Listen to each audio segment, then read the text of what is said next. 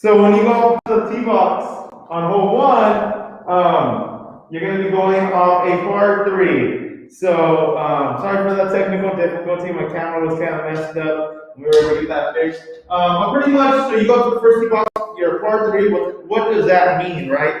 What is a par? What does that mean? So that is your goal, I like to say, for that hole.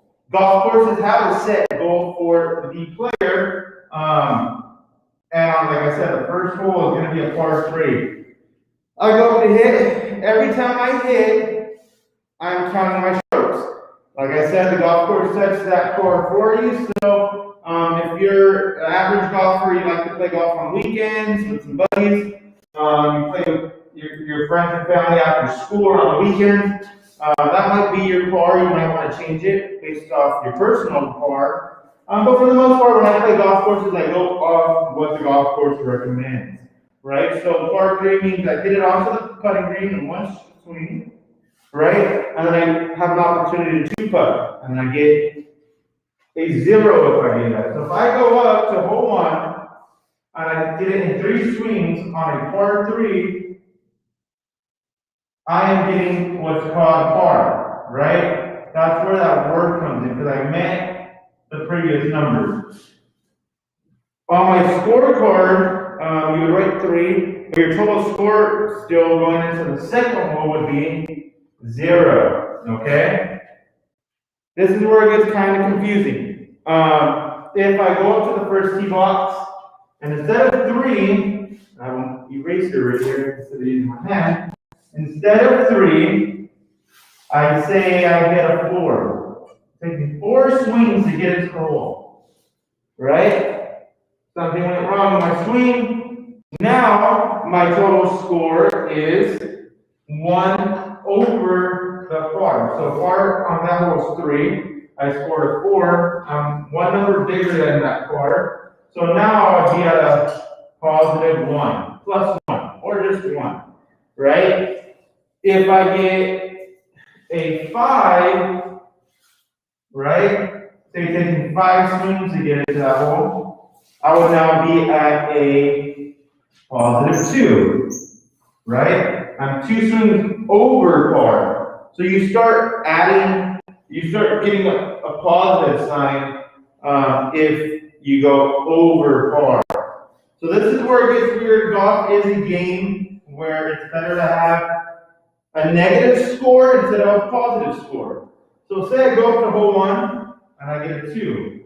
It takes me 2 swings. I putt, I hit, that's my first shot off the tee box, get it super close to the wall, and then go up and I make my putt. I got it in 2 swings. Par 3 is the first hole, so that means I got 1 under what was recommended or set by the golf course, so that means I'm at a negative 1. Okay? If I get a 2. If you get a 1, which really rarely happens, meaning you made it in your first swing, you would have had a negative 2 based off that par, right? Coach Sergio here, the first time I went on the golf course, Coach Sergio, you guys seen him in other videos from the Coach's Corner previously. Actually, the first time I went out, he goes up, hits, boom, sees that it lands on the green, sees that it's rolling, turns around and walks away before the golf ball stops rolling. We go up to the green, we're like, there's no golf ball on the green. We go up to the cup, and the ball was actually in the hole, so he made a hole in one. So he would have got a negative 2 on that hole, right? All right, so we finished the first hole. The second hole, I think, of this golf course is a par 3 as well. So I finished the first hole. Let's go ahead and make scene scenario. Say I got the first hole in 5 swings. So I'm going to highlight positive 2. I'm going to box it out because that's my current score. I go over to hole 2, which is a par 3. Alright, and so we're going to start messing with the score and see what could happen, what my score is going to look like. So on hole 2 of the par 3, I go up, I finish by the end of the hole. Say I take, say I make it in 2 swings. Right? I do a lot better. I use the core value of perseverance right? Because I didn't do too well. I didn't meet my par. I didn't meet my goal on the first hole. 3 swings. I got 2 more swings than I wanted. So now I'm going to go out. I'm confident, and I'm going to be demonstrating perseverance, where I'm not going to give up just because of 1 hole, right? I go up and I start breaking at that score. So that means I got a 2. So now I am, if you do that, my new score, total score for the round at that moment would be -1. So in golf, when you do better, your score is going backwards. You're going into the negative zone instead of the positive zone. So that's what you really, really want. All right, so now I got to, so this, like I said, if I meet 3, it's called a par. If I get the goal for that hole, that's a par. If I get a 3 on a par 4, that's not a par. If I get a 3 on a par 4, that's called a birdie, right? So on hole 2, on hole 2, I received, again, a 2. So that's 1 under the golf course's goal for the golfer. So that's what's called a birdie. So I'm going to go ahead and write birdie right next to my score. That's good. Birdies are really, really good. So next, at the golf course, we have at this golf course at least, we have a par 4, right? The hole's a little longer. As the holes get longer on the golf course, they start changing from par 3 to par 4 to par 5. And typically it's those 3 pars that you'll see on the golf courses. Next one is par 4, right? Typically on par 4, you'll see a lot of golfers using their wood and their drivers, their hybrids, trying to get a farther shot. I would estimate hole 3 to be about 235 yards away from the tee box if you're playing from the farthest tees, right? Say I go up, I hit, all right, I can take my driver out, hit a good shot, didn't hit the putting green, right? Typically on par 4s, what they expect for it to happen is take their driver woods out or hybrids. They go out, they hit, boom, hit their first shot.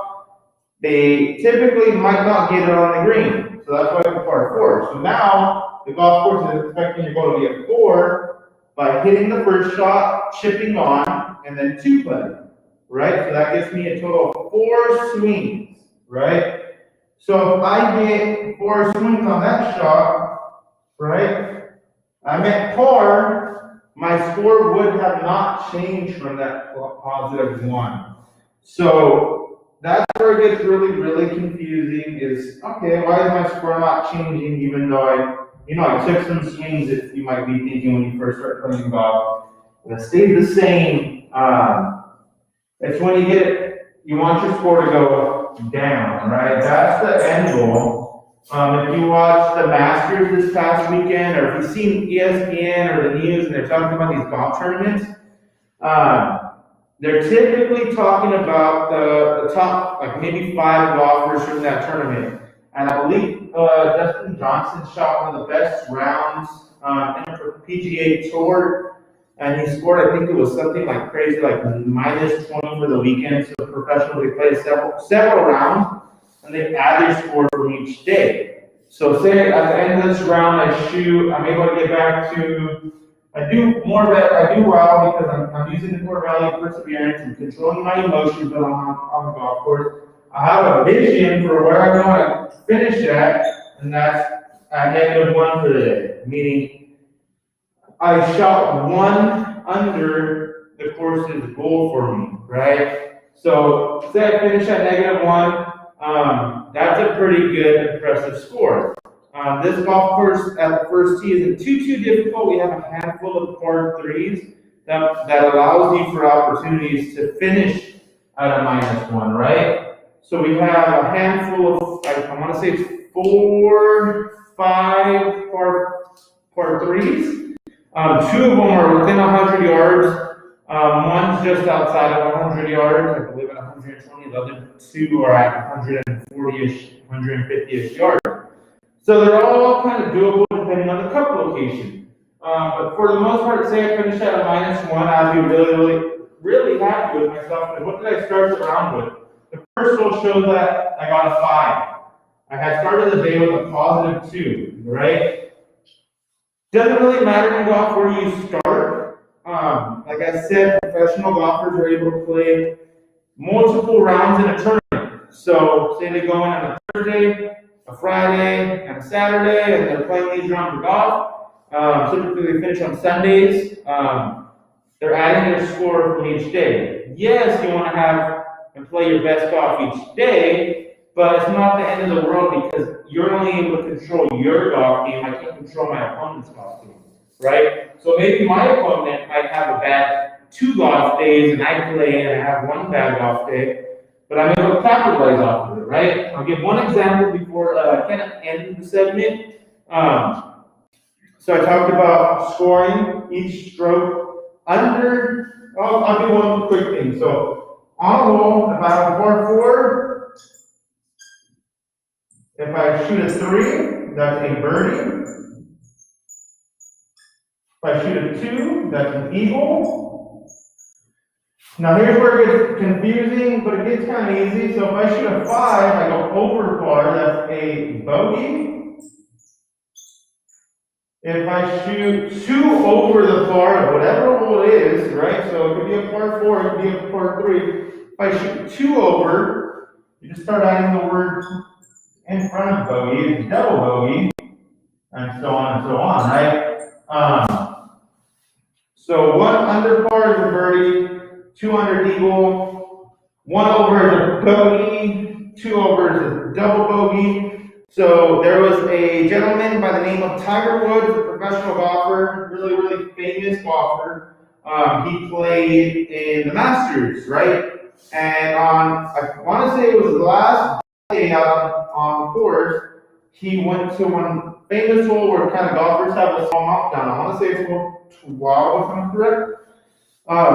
Goes up, the tee box is in front of a large body of water, and he goes up, boom, hits it. First shot goes in the water, right? So now Tiger Woods has to use the core value of perseverance. He's not going to stop trying just because he didn't get the result that he wanted. And he's going to go out there and he's going to try to hit a better shot than he did on the first one, right? So now when you hit your ball in the body of water, you get some penalties added to your stroke, added to your score. So now he has to drop a ball.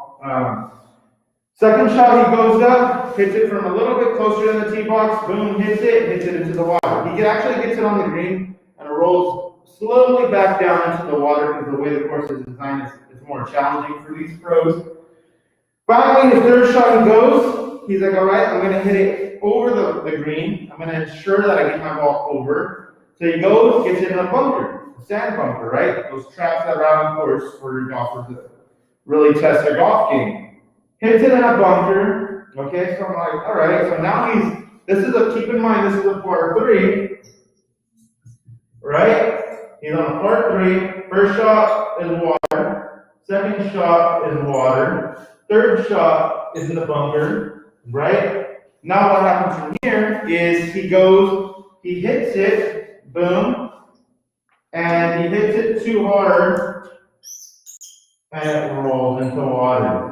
Right? So now he's having a complete meltdown on this hole. Finally, he goes out and drops the ball from the bunker. He had the option to drop it behind the pond and hit it over, but he chose to hit it from the same spot that he had lost the ball from, which was the bunker. So now what did Tiger Woods do? Tiger Woods said, all right, I'm just going to barely hit it out of the bunker. He swung, he hit, and I believe he barely got it out, 2-putted. Right? So his score is racking up against him, and his lead, or he didn't have a lead, but his opportunity to catch up started closing. So now, what Tiger Woods was able to do after getting 10 on that hole, so that's 7 over par. If it's a par 3, he got a 10, that's 7 over par, with some penalty strokes added. He went out and got what's called birdie on the last 5 out of the 6 last holes. So he got birdie on 5 of the last 6. So that was kind of able to lower his score completely during that tournament.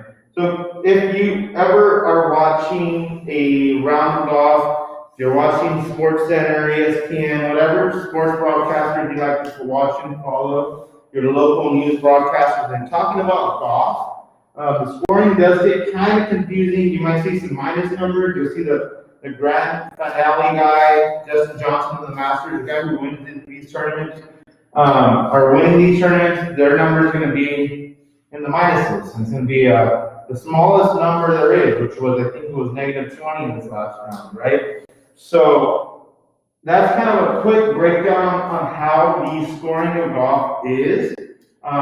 If you like this video, go ahead and give us a thumbs up. Make sure you follow us on all social media platforms. We are on Instagram, Facebook, and Twitter. We have a couple different accounts. If you want to follow First Tee in Monterey County, if you want to follow Future Citizen Foundation or the Center for Learning, search us up. Make sure you tell your friends and family about us. But yeah, hopefully you guys enjoyed this and you got some good info. So next time you guys are out on the golf course and you guys are playing, you guys are able to kind of understand the scoring and actually follow the scoring, right? So see you guys next week. I believe Coach Sergio is on tomorrow with the golf class for tomorrow. So hopefully you guys come check out his video on YouTube as well. All right, awesome. See you guys tomorrow.